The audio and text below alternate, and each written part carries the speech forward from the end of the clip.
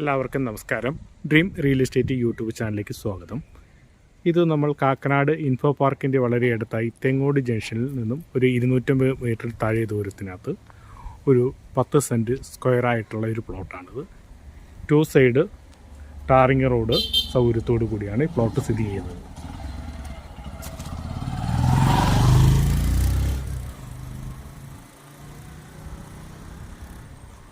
തെങ്ങോട് ജംഗ്ഷനിൽ നിന്നും ഒരു മാക്സിമം ഒരു 200 മീറ്റർ താഴെ ദൂരത്തിലാണ് പ്ലോട്ട് സ്ഥിതി ചെയ്യുന്നത്.